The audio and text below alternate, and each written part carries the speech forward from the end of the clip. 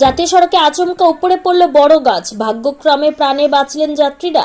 বুধবার রাতে ঘটনাটি ঘটেছে ডুয়ার্সের বাতাবাড়ি লাটাগুড়ি জাতীয় সড়কে। ডুয়ার্সের গরুমারা ও লাটাগুড়ি বনাঞ্চলের মাঝে মহাকাল ধাম সংলগ্ন এলাকায় পথ চলতি যাত্রীরাই রাস্তার ওপরে পড়ে থাকা গাছ সরিয়ে ফের যান চলাচল স্বাভাবিক করে। যে সময় গাছটি উপড়ে পড়ে ওই সময় সড়কে কোনো যানবাহন না থাকায় কোনো দুর্ঘটনা ঘটেনি। এদিকে গাছ পড়ে যাওয়ায় জাতীয় সড়কের দুই ধারে বহু যানবাহন আটকা পড়ে যায়।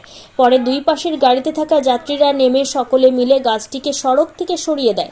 তারপরে ফের যান চলাচল স্বাভাবিক হয়।